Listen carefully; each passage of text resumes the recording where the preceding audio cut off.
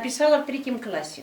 Помню, вот это, где мы жили 6 человек на одной кровати, вот мы долго там жили, до 54-го года. И, значит, задала учительница мне, ну не мне, а всему классу написать стихи. Ну, я всегда выполняла то, что задают. Вот. Я помню, как я целую ночь не спала, как я вот бегала до окна, чтобы там что-то записать, что-то в голову пришло. Вот. А там каганец был такой, знаете, плошечка, и там фитиль, и вот это мать не дает, говорит, это что мы будем ночью делать. Вот. Хочешь писать стихи, вот пиши, пиши. А днем будешь читать, что ты написала. И сейчас я ведь писать могу, хоть я и слепая, а читать не могу, а писать могу без света, могу с закрытыми глазами писать, потому что в детстве я так писала. И я этот стих принесла, я помню, про кошечку написала.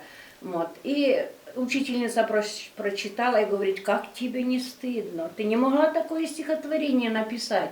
Это ты списала. Вот признайся, ты списала. Ну, я, конечно, расплакалась, а года 3 я не писала стихов. Я так обиделась на эту учительницу. Ну, потом после этого, значит, когда я уже стала немножко старше, в школе выбрали меня в редколлегию. Я вот с детками тоже мы так смеялись, меня Тичиною называли, если знаете, украинский писатель. Это где-то в 4-5 классе. Кину кирпичину, та в тичину. И вот это меня дразнили. О, Тичина пришла, давайте быстрее, давай, что там мы еще не нарисовали.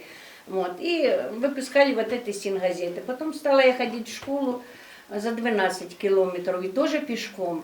И вы знаете, ну идешь 12 километров, сначала с подругой, она не выдержала, бросила, вот, а я ходила. И пока дойдешь до школы или домой, там насочиняешь, что хочешь. Вот когда я вышла замуж, мои дети выросли на моих сказках. В селе не было никаких сказок, не было никаких книжек.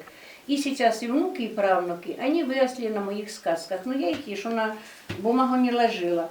Вот. А сейчас, когда уже внуки выросли, и я стала писать стихи. Конечно, если бы не Ольга Леонтьевна, они у меня так бы были в кучке. Она говорит, ну давай что-нибудь придумаем, напечатаем, что ли. Тут что у меня еще есть? Еще у меня очень хорошие есть, не рассказ, стихи тоже там есть такие. Мне очень понравился, когда я вышла замуж, родила дочку. Вот. И мы тогда сбежали из дома, вышла замуж, дали нам комнатку, ну, 7 или 6 квадратных метров, комнатку дали такую.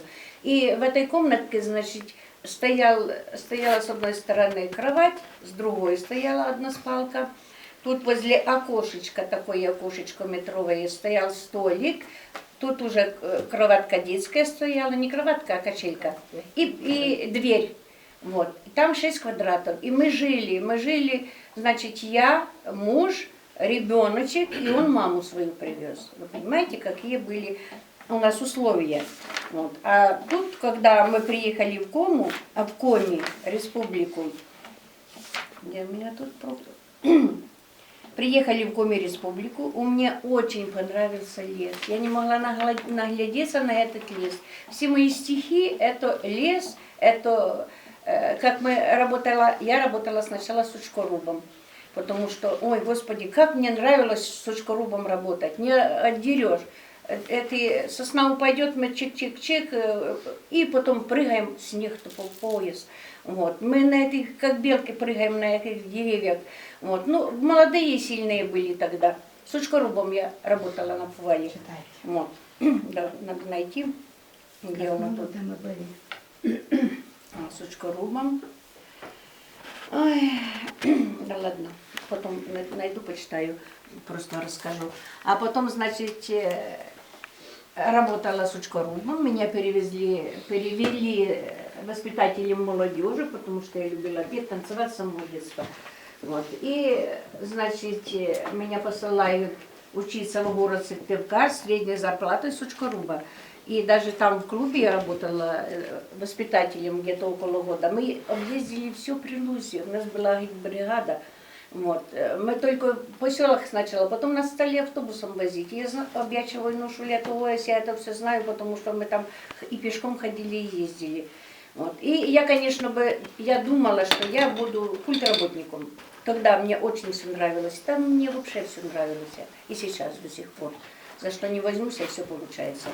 И, значит, мать сказала, ну что ты, 6 месяцев, вон, на продавцов берут. Иди, 6 месяцев вот учишься, у тебя есть в руках уже, вон смотри, как заведующий магазином живут. И вот я стала продавцом. Закончила потом техникум советской торговли. Вот. Потом была и завмагом, и товароведом, и кем я только не была. Потом, значит, надоела торговля, все-таки тянет куда-то в другое место. Поступила в лесотехническую академию, закончила. Там надо было работать экономистом, пошла экономистом, работала экономистом. Потом закончила еще высшую школу партийных вот этих бездельников. И, значит, и там закончила. Из-за этого у меня в стихах просматриваются такие стихи про бездельников.